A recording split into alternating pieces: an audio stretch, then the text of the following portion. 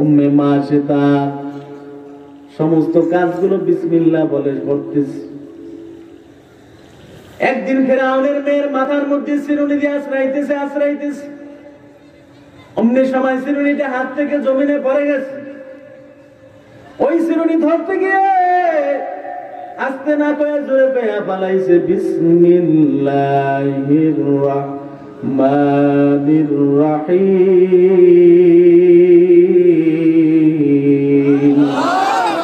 বিসমিল্লাহর আওয়াজ যখন দিছে সাথে সাথে উম্মে মাশিতার হাতটা ফেরাউনের মেয়ে ধরল। এই বান্দি, তুই কি বললি? কয় আমি বলছি বিসমিল্লাহির রহমানির রহিম। কয় তোর খোদা কে? কয় আমার খোদা হলো লা ইলাহা ইল্লাল্লাহ। আমার বাপের বাড়ি থাকো, আমার বাপের জায়গায় ঘুমাও, আমার বাপের খোদা মানবা না, ঠিক আছে? আব্বাই বাড়িতে আসো। ফেরাউন যখন বাড়িতে আসছে, মেয়ে যায় বলে আব্বা শুনছেন, সব মানুষের আপনি খোদা বানাবার চেষ্টা করেন, কিন্তু আপনার বাড়ির বান্ধব মেয়ে মায়ের সাথে আপনার খোদা বলে বিশ্বাস করে না। ফেরাউনের মেজাজটা গরম হয়ে গেছে। কি কয়? ডাক দিছে, এই বান্দি, তুই আমারে খোদা মানো না? বান্দি ডাক দিয়া কয়, ফেরাউন, আমার 4টা মেয়ে সন্তান, একটা ছেলে সন্তান। মুসা পয়গম্বরের যেদিন শুনেছি সেই দিন হতে আমি বিসমিল্লাহ ছাড়ি না। আমার জীবন যাইতে পারে কিন্তু তোমারে খোদা বলে বিশ্বাস করতে পারি না। আরো জোরে কান আল্লাহু আকবার। আমার জীবন যাইতে পারে কিন্তু তোমারে খোদা বলে বিশ্বাস করতে পারি না। আহ, কেমন ঈমান, পাকা ঈমান। ও পর্দার মতো উম্মে মাশিতা ডাক দিয়া কয়, আমার জীবন যাইতে রাজি কিন্তু তোমার আমি খোদা বলে বিশ্বাস করতে পারি না। ফেরাউন তো আমার আযাব সম্পর্কে জানুনি? হ্যাঁ জানি। এবার ফেরাউন অন্য কাজের লোকজনকে ডাক দিস, বড় বড় তৈলের ডেক চড়ায় দাও, তাপ দেওয়া শুরু করে দাও। যখন তাপ দেওয়া শুরু করে দিছে, তৈলের রং লাল হয়ে কালো হয়ে গেছে, লাল রং কালো হয়ে গেছে। টক করে 20-30 উপরে ছিটতে ওঠে, টকবাক করতেছে। এবার ফেরাউন দেখাই দিয়েছে, উম্মে মাশিতা তেলগুলো যে জ্বলতেছে দেখতে পারতেছো, টকবাক করতেছে দেখতে পারতেছো? হ্যাঁ আমি দেখতে পারতেছি। এখনো যদি আমার খোদা বলে বিশ্বাস না করু, ওই গরম তৈলের ব্যাগের মধ্যে তোর প্রত্যেকটা সন্তান ভাজা ভাজা করে ছাড়ু। উম্মে মাশিতা ডাক দিয়া কয়, ফেরাউন, আমার বাচ্চা ভাজা ভাজা কেন, তুমি আমারও ভাজা ভাজা করতে পারো, কিন্তু তোমার আমি লা ইলাহা ইল্লাল্লাহ কালেমা ফেরত দিতে পারবো না। আল্লাহু আকবার। এইটা বলার পর ফেরাউন 4টা মেয়ে সন্তান ধরে আছে। 4টা মেয়ে সন্তান থেকে প্রথম নাম্বার মেয়েটা যখন গরম তৈলের ড্যাগের মধ্যে ফালাইয়া দিছে, গরম তৈলের ড্যাগের মধ্যে ফালাইয়া দেওয়ার পর ওই বাচ্চাটা আমার মাওলারে ডাক দিছে, আল্লাহ। আরো জোরে গান আল্লাহ আল্লাহ বলিয়া ডাক দেওয়ার পর বাচ্চাটা গরম তৈলের ড্যাগের মধ্যে ভাজা ভাজা হয়ে গেল। ভাজা ভাজা সন্তান মার কিনারায় এনে হাজির। ডাক দিস, উম্মে মাশিতা, সন্তানটা চেননি? কয় এটা তো আমার বড় মেয়ে। কয় দেখছো কি অবস্থা করছি, সব বাচ্চাগুলো এরকম করবো। এর আগে তুই আমারে এখনো খোদা বলে বিশ্বাস কর। উম্মে মাশিতা ডাক দিয়া কয়, ফেরাউন, মুসলমান দেখছো, মুসলমানের পাওয়ার দেখো নাই। জীবন যাইতে রাজি কিন্তু তোমারে খোদা বলে বিশ্বাস করতে রাজি না। দ্বিতীয় মেয়েটাকে গরম তৈলের ড্যাগের মধ্যে ফালা দিছে। মেয়েটা গরম তৈলের ড্যাগের মধ্যে ভাজা ভাজা হয়ে গেল। তৃতীয় মেয়ে, চতুর্থ মেয়ে, 2টা সন্তান, 2টা মেয়ে কান্নাকাটি করতেছে কবুতরের বাচ্চার মতো, থর থর থর থর থর তারপরে কাঁপতেছে। উম্মে মা সে তার কাছে বলতেছে, মা ও মা গো, এখন তো নিষ্ঠুর ফেরাউন আমাদেরকে গরম তৈলের ডেকের মধ্যে নিয়ে যাইবে রে মা, তোমার কি মায়া লাগে না, দয়া লাগে না রে মা? উম্মে মা সে তা আসমানের দিকে হাত দুখানা উঠাইয়া মালিকের ডাক দিছে, আল্লাহ এর দর মালিক, তুমি কি দেখো না আল্লাহর আদালতে কান্নাকাটি করতেছে, কান্নাকাটি করতেছে। উম্মে মা সে তার তৃতীয় সন্তানটারে যখন গরম তৈলের ড্যাগের মধ্যে দিবে,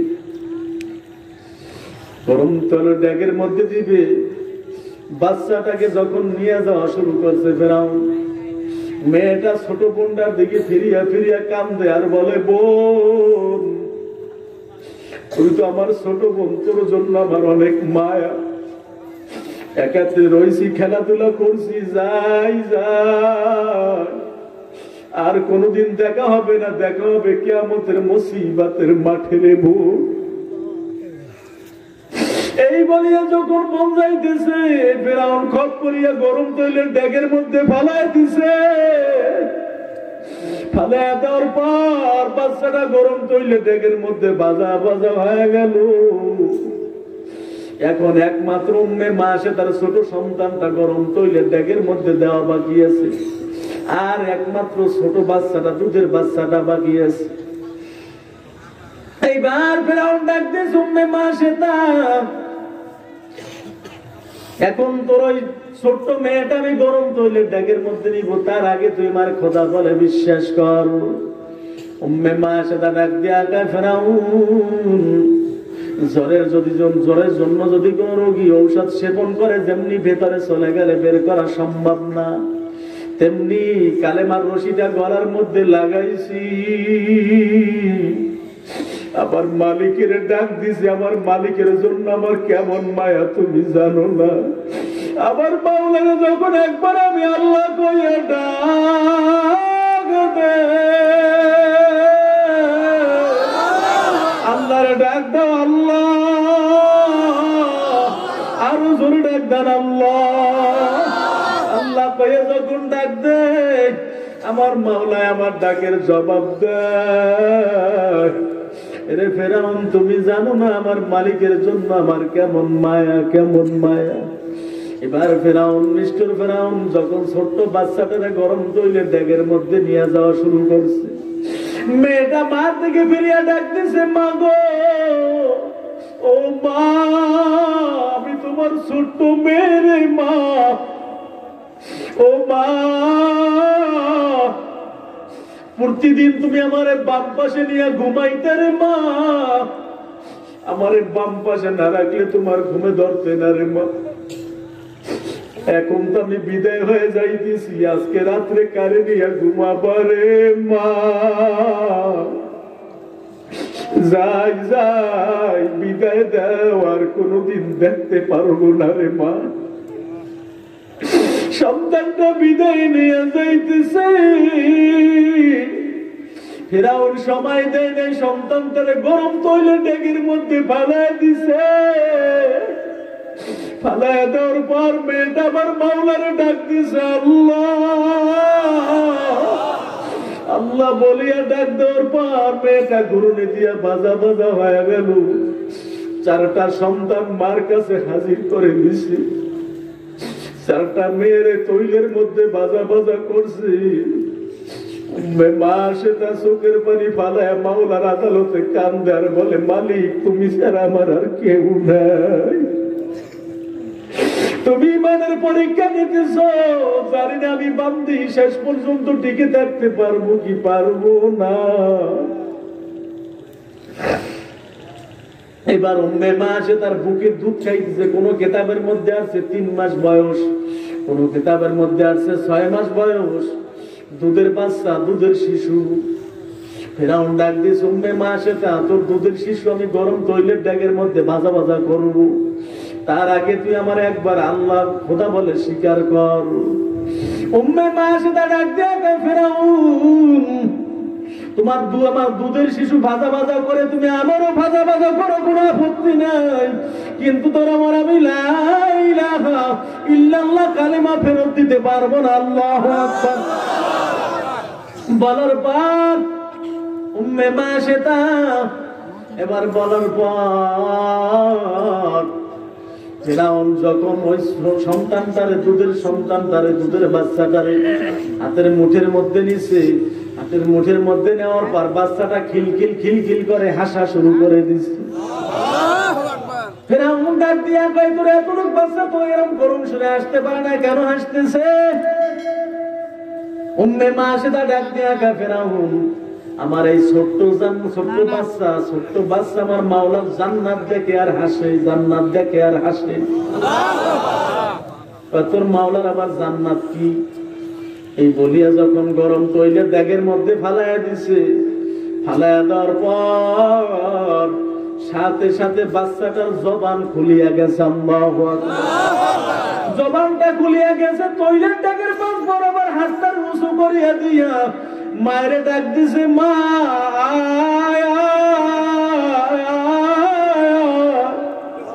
দেরি করবি না রে মা, এই তৈলের দাগের চতুর্দিকে এক নয় দুই নয় মাওলার কোটি কোটি রহমতের ফেরেশতা রহমতের পাকা হাতে নিয়ে আমার বাতাস করতেছে রে মা। এই কথা বইলা বাচ্চাটা একটা ঘুরনি দিয়া ভাজা ভাজা হয়ে গেল। কেমন ইমান আনলো ফেরাউনের বাড়ির বান্দি, ও পর্দার আলের মা, অন্তরে কি মায়া লাগে না রে মা? এ মা অন্তরে কি দয়া না রে বাবা? والذين آمنوا أشد حبا لله ইমানদারেরা কারে বেশি ভালোবাসে? কারে জোরে গান কারে? আল্লাহরে ভালোবাসে, আল্লাহরে ভালোবাসে রে বন্ধু। আমরা কারে ভালোবাসবো জোরে গান?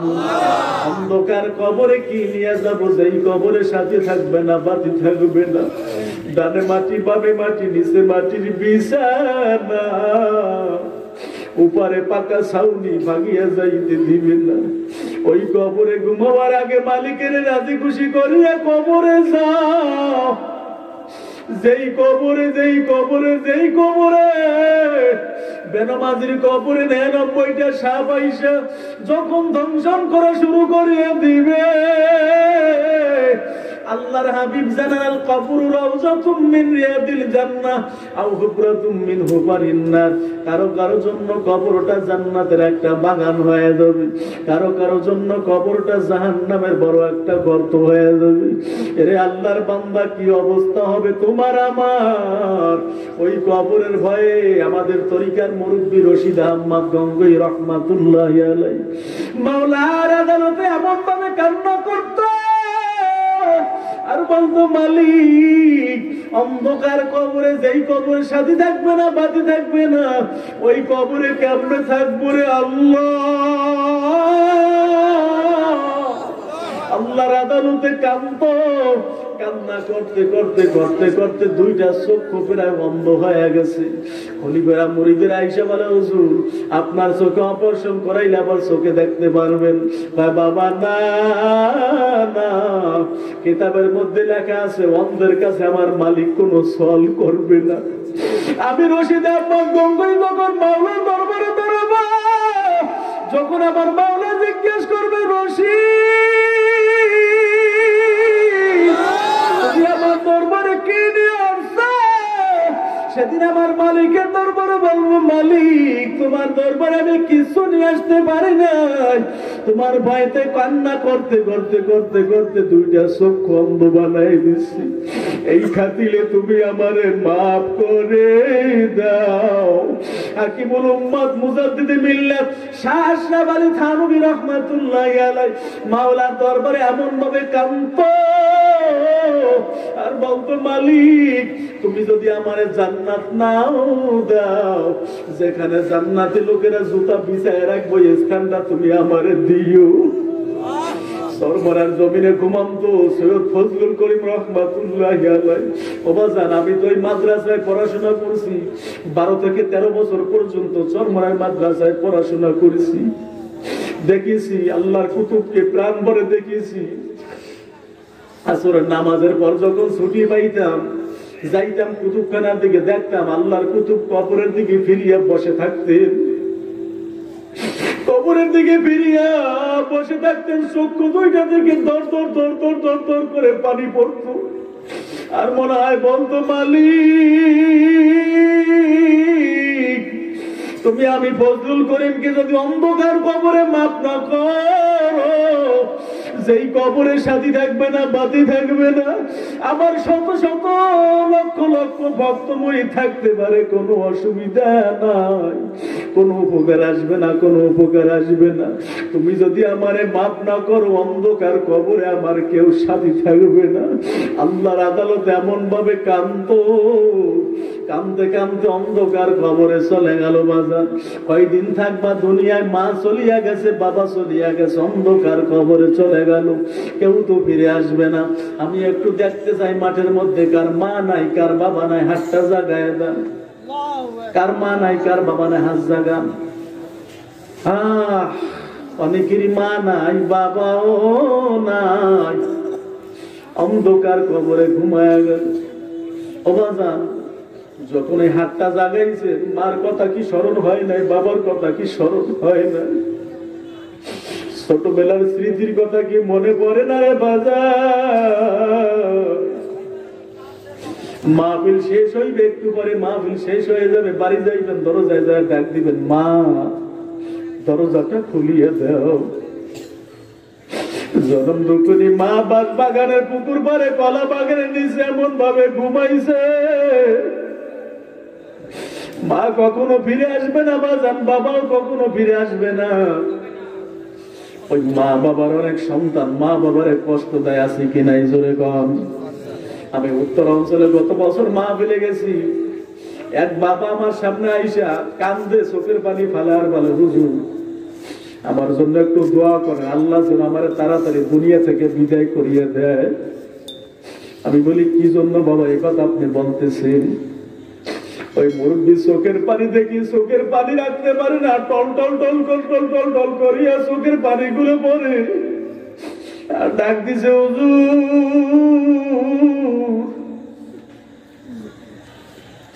আমার সন্তান কয়েকদিন আগে আমার ঘর থেকে নামায় দিছি, আমার স্ত্রীও ঘর থেকে নামায় দিছি, হুজুর কোনো খাওয়ান খোরাক দেন, এখন ভিক্ষা করিয়া করিয়া খাই। এই যুবক, এরকম যুবক সন্তান আছে কি নাই? এই মায়েরে কষ্ট দেয়, বাবারে কষ্ট দেয়, আছে কি নাই জোরে কার, আছে কি নাই? আরে যুবক, আল্লাহর গোলাম, মা বাবারে কষ্ট দানকারী কখনো মাওলার জান্নাত তো বলা, জান্নাতের ঘেরানো পাইবে না। কথা বলেন ঠিক কিনা? এবার আমি একটা কথা জানতে চাই, সন্তানের উপর যদি বিপদ হয় খবরটা আগে কে জানে? কে জানে? আরো জোরে কোন কে জানে? এই কয়েক বছর আগে পদ্মা নদীর মধ্যে একটা লঞ্চ ডুবছে, হয়তো আপনারা পেপার পত্রিকা দেখছেন, পদ্মা নদীর মধ্যে একটা লঞ্চ ডুবছিল। পিনাপ 6 খেলাছেনি, পিনাপ 6 খেলাছে। এই পিনাপ 6 যখন ডুবছে, আমাদের দক্ষিণ অঞ্চলের একটা সন্তানের যুবক, ভালো করে শুনো, দক্ষিণ অঞ্চলের একটা যুবক সন্তান ঢাকা একটা গার্মেন্টসে চাকরি করতো, 7 দিন ছুটি পাইছে, বাড়িতে আসছে। যেদিন ঢাকা যাইবে তার 3 দিন আগ পর্যন্ত মা দুঃখী স্বপ্নে দেখে সন্তানের উপর বড় বিপদ, সন্তানের উপর বড় কঠিন বিপদ, কঠিন বিপদ। আগেই বলেছি, সন্তানের উপর যদি বিপদ হয় খবরটা কে জানে? কে জানে আগে? কে কে জানে? কে? মা জানে, মা। জনম দুঃখী মা সন্তানের উপর বড় বিপদ দেখতেছে। সন্তান ডাক দিয়া কে, মা আজকে কিন্তু আমি ঢাকা যাব। মা দুঃখী ডাক দিয়া কে, সন্তান তো ঢাকা যাওয়া লাগবে না, তোর উপর বড় আমি বিপদ দেখতেছি। সন্তান ডাক দিয়া কে, মা আমার বাবা মানুষের বাড়ি কাজকর্ম করে, বদলা দেয়, বদলা বুঝেননি, বদলা বুঝেন, দিন মজুরির কাজ করে। আমার বাবা বড় কষ্ট করে। মা, আমার বাবার আর কষ্ট করতে হইবে না, আমি ঢাকা যাবো, যাই আমি টাকা পাঠায় দেবো, বাবারে বলবা বাবা যেন মানুষের বাড়ির কাজকর্ম না করে। সন্তানের মনে বড় আশা,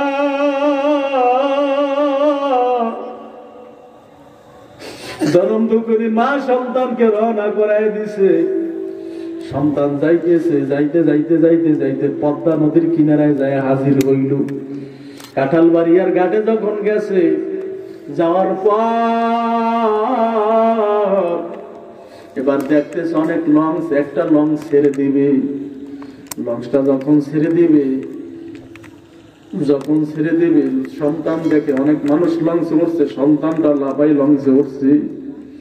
লঞ্চটা যখন ছাড়িয়ে দিয়েছে, যাইতে যাইতে যখন পদ্মা নদীর মাঝ বরাবর চলে গেল, এইদিকে দেখলো মুহূর্তের মধ্যে আকাশটা মেঘাচ্ছন্ন হইয়া ঝড় বৃষ্টি তুফান শুরু হয়ে গেছে। তুফানের পর তুফান, তুফানের পর তুফান। সন্তানটা কান্নাকাটি করতেছে, লঞ্চের মধ্যে মানুষেরাও কান্নাকাটি করতেছে। কি করবি? সন্তান এবার প্যান্টের পকেট থেকে মোবাইলটা উঠাইয়া সন্তানের মনে পড়লো যে মা বাবার কাছে আবার একটু দোয়া চাই, আবার একটু মা বাবার কণ্ঠটা শুনি, যদি মরিয়া যায়। বার সাথে তো আর কথা বলতে পারবো না, বাবার সাথে আর কথা বলতে পারবো না, শেষ সময় একটু কথা বলিয়া নেই। সন্তান যখন ফোন দিছে, ফোনটা বাবা রিসিভ করছে। বাবা রিসিভ করার পর ডাক দিছে, সন্তান এদিকে তো ঝড় বৃষ্টি চলতেছে, তুই এখন কোথায়? সন্তান ডাক দিয়া কে, বাবা আমার জীবনের আজকে শেষ দিন, তোমারে বাবা বলিয়া ডাক দিলাম। ও বাবা, আর কখনো তোমারে বাবা বলে ডাক দিতে পারবো না। আর কোনদিন আব্দুল্লাহ রে আব্দুল্লাহ কইয়া ডাক দিতে পারবো না বাবা। আজকে আমার জীবনের শেষ দিন বাবা, শেষ সময় ফোন করছি, আমার উপর কোনো দয়া দাবি রাখবো না। আবার আর কখনো বাবা না রে বাবা। বাবার ডাক দিয়া কার, সন্তান কি হয়েছে, কোথায় আছো? সন্তান ডাক দিয়া কার, বাবা এখন পদ্মা নদীর মাঝ বরাবর আছি, লঞ্চ হেলতেছে দুলতেছে বাবা, লঞ্চ ডুবিয়া যাইবে, লঞ্চ টেকবে না রে বাবা। আমার মা কই, মার কাছে একটু ফোনটা দাও। বাবা সহ্য করতে পারে নাই, সন্তানের মায়া একটা চিৎকার দিয়ে জমিনে পড়িয়ে গেছে। জমিনে পড়িয়ে যাইয়া বাবা বেহুশ হয়ে গেছে। ফোনটা যখন মা কানের কিনারে লাগাইছে, সন্তান ডাক দিছে, মা, ও মা গো, জীবনের তরে তোমার শেষ ডাক দিলাম, আর কখনো তোমার ডাক দিতে পারবো না। কয় কেন সন্তান, তুই এখন কই? সন্তান ডাক দিয়া কয়, মা আমি এখন নদীর মাঝ বরাবর, পদ্মা নদীর মাঝ বরাবর লঞ্চের মধ্যে আছি রে মা। তুমি যে আমার উপর বড় ভয়ানক স্বপ্ন দেখছো 3 দিন পর্যন্ত মা, ওই স্বপ্নের বাস্তব শুরু হয়ে গেছে রে মা। আর কখনো তোমার কাছে ফিরিয়া যাইতে পারবো না, আর আদরের হাত কোনোদিন মাথায় বুলাইয়া দেবা না। আর বাবা বলে কোনোদিন ডাক দিতে পারবা না রে মা। কত অন্যায় করছি, অপরাধ করছি মা, মাফ করিয়া দিও, মাফ করিয়া দিও। আর জীবনে কোনোদিন মা বলে ডাক দিতে পারবো না। মনে বড় আশা ছিল, টাকা কামাই করিয়া পাঠাইবো, বাবা তোরা কোনো কাজ করাবো না। মনের আশা আজকে পূরণ হইবে না মা। লঞ্চ কিছুক্ষণের মধ্যে ডুবিয়া যাইবে। তবে তোমার কাছে একটা কথা বলি, আমি যদি মরিয়া যাই, আমার লাশটা যদি তালাশ করিয়া পাও, দাদুর কবরের সামনে মসজিদের ডান পাশে আমার দাফন দিও রে মা। এই কথা বলিয়া সন্তান আর কিছু কথা বলতে পারে নাই। যখন এই কথা বলিয়া অফ হয়ে গেছে ফোনটা, জনম যখনই মা একটা চিৎকার দিয়া জমিনে পড়িয়া গেছে। চিৎকার দিয়া জমিনে পড়ে যাইয়া মা কান্দে, আর একটা চিৎকার দিয়া মা বেহুশ হইয়া গেছে। মা বাবার কোনো হুঁশ নাই। কিছুক্ষণ পর যখন হুঁশে ফিরছে, পাশের ঘরের মানুষ আসছে, মানুষদের ডাক দিয়া কয়, তোরা কে কই আছো? আমার সন্তান আব্দুল্লাহর নাম্বারে একটু ফোন দে। জনম দুকুনি মা ডাক দিয়া কয়, দেখ আমার সন্তান আব্দুল্লাহ কেমন আছে। আমার বাবা কই কই কই, আমার বাবার নাম্বারে একটু ফোন দে। যখন ফোন দিয়েছে দেখে নাম্বারটা বন্ধ, লঞ্চটা ডুবিয়া গেছে, ফোনটা বন্ধ হয়ে গেছে।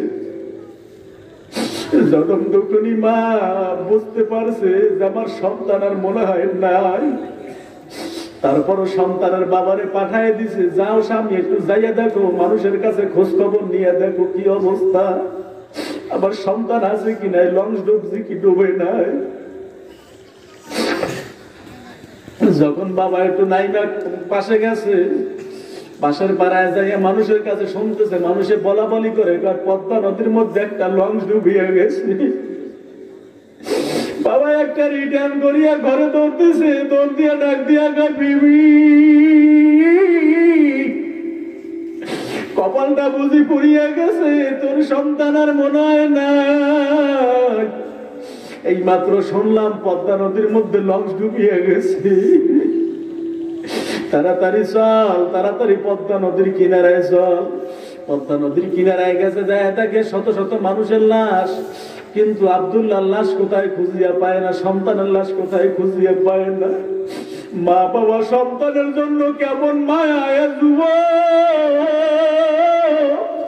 এই মায়ের কাঁদাবি না, বাবার কাঁদাবি না।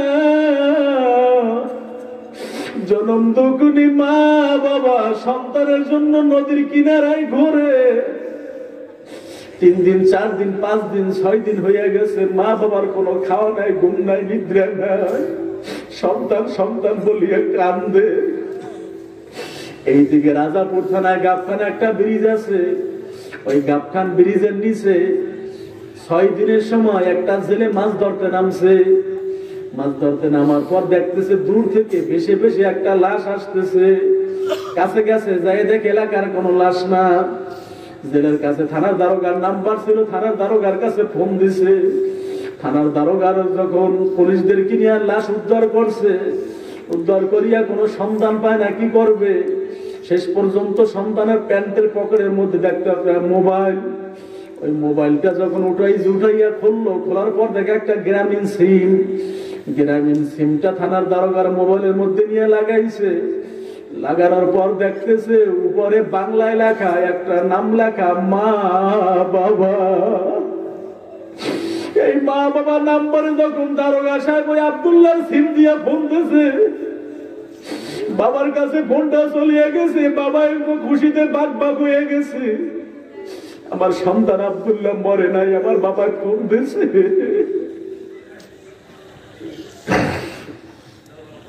বিবিরে ডাক দিয়া গাও, বিবি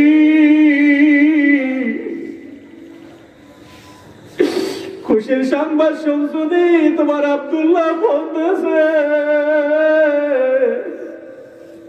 তোমার আব্দুল্লাহ মরে নাই, এই দেখো বিবি ফোন দিয়েছে। সন্তানের মা খাওয়া না লওয়া নাই, ঘুম না নিদ্রা নাই, 6 দিন পর্যন্ত খাওয়া নাই, লাভ মারি উঠছে। ডাক দিয়া গা, কই আমার সন্তান, আমার কাছে একটু আমি কথা বলি। বাবা ফোনটা রিসিভ করে ডাক দিয়েছে, আব্দুল্লাহ তোর জন্য তোর মা তো পাগলিনীর ন্যায় হয়ে গেছে, তোর তোর মায় তো দিশারা হয়ে গেছে বাবা, তুই এখন কোথায়?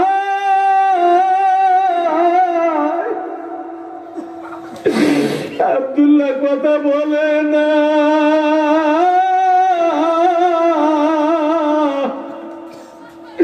আবার ডাক দিছে, বাবা আব্দুল্লাহ তুই এখন কোথায়? দারোগা সাহেব চোখের পানি রাখতে পারে না, কান্না জড়িত অবস্থায় বলতেছে, ও বুড়া আমি তোমার সন্তান আব্দুল্লাহ না। কয় তুমি কে? আমি রাজাপুর থানার দারোগা। কয় ও দারোগা, আমার সন্তান আব্দুল্লাহরে নিয়ে কেন তুমি জেলের মধ্যে ঢুকাইছো? আমিও ঢুকাই না, আমার কোন পুলিশ বাহিনী ঢুকায় নাই, তোমার সন্তানের ধরছে আমার মাওলার পুলিশ আজরাইল। তাড়াতাড়ি আসো, রাজাপুর থানায় চলিয়ে আসো। রাজাপুর থানায় চলিয়ে গেছে, যাইয়া দেখে শত শত মানুষের ভিড়, সবাই ভিড় জমাই আছে। সমস্ত মানুষের নাকে মুখে রুমাল দিয়া দাঁড়ায় আছে, কাপড় দিয়া দাঁড়ায় আছে, দুর্গন্ধে কেউ ধারে যাইতে পারে না। সন্তান পচিয়ে গেছে, ফলিয়া উঠছে, কিন্তু সবাই দুর্গন্ধে দূরে দাঁড়ায় আছে। জরম দুকুনি মা গাড়ি থেকে নাইবে, মাই কোনো দুর্গন্ধ পায় না, কোনো দুর্গন্ধ পায় না।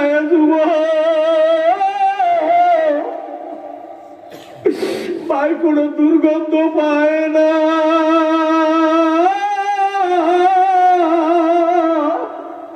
গাড়ি থেকে নাইমে মা এমন একটা দৌড় দিয়েছে, দৌড় দিয়ে যায় পড়া সন্তানটারে বুকের মধ্যে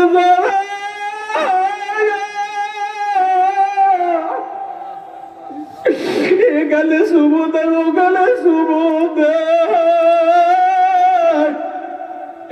রাজাপুর থানার মানুষরা দেখতেছি সন্তানের গালের গোস্ত তো পচিয়া গেছে। ওই মায়ে যখন সুমো দেয়, সন্তানের মায়ে যখন সুমো দেয়, সুমো দেওয়ার সাথে সাথে সন্তানের গালের গোস্ত থুবাইয়া মার ঠোঁটে আসিয়া লাগিয়ে যায়। মানুষে দেখায়, কয় দেখ, কারে কয় মা, কারে কয় সন্তান। এই মাঠে আজকে নাই, মাঠের মধ্যে হাত জাগাইছ। মাঠের মধ্যে যারা এতিম হয়ে আছো, যারা আজকে মা নাই বাবা নাই, ও বাবা এ যুবক, যে মায়ের মা বলিয়া বাড়ি যাইয়া ডাক দিতে পারবি না, বাবারে বাবা বলিয়া ডাক দিতে পারবি না, অন্তরে কি ধাক্কা লাগে না?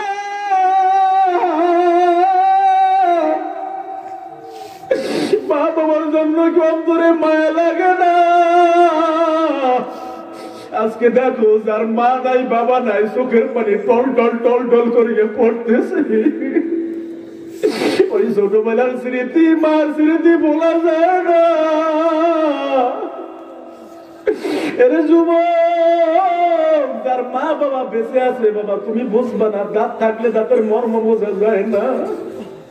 যখন চলিয়া যায় তখন বোঝা যায়, মা বাবা আছে এখন বুঝবা না। যখন মা বাবা নিয়ামত চলিয়া যাবে তখন বুঝবা মা কেমন ছিল, বাবা কেমন ছিল। আজকে মাঠের মধ্যে অনেকে আছো, যার মা নাই বাবা নাই, কবরের পারে যাইয়া দোয়া করবা। যার মা বাবা বেঁচে আছে খেদমত করবা। কারা কারা পারবা হাতটা দেখাই দাও। আল্লাহু আকবার, আল্লাহু আকবার। দাঁড়াই যান, দাঁড়াই যান, দাঁড়াই যান, দাঁড়াই যান, আল্লাহু আকবার, দাঁড়াই যান, দাঁড়াই যান, দাঁড়াই যান, দাঁড়াই যান, আল্লাহু আকবার, দাঁড়াই যান। এই যুবক সামনে আসো, আমার হাতটা ধরে ওটা দিবা। কারা কারা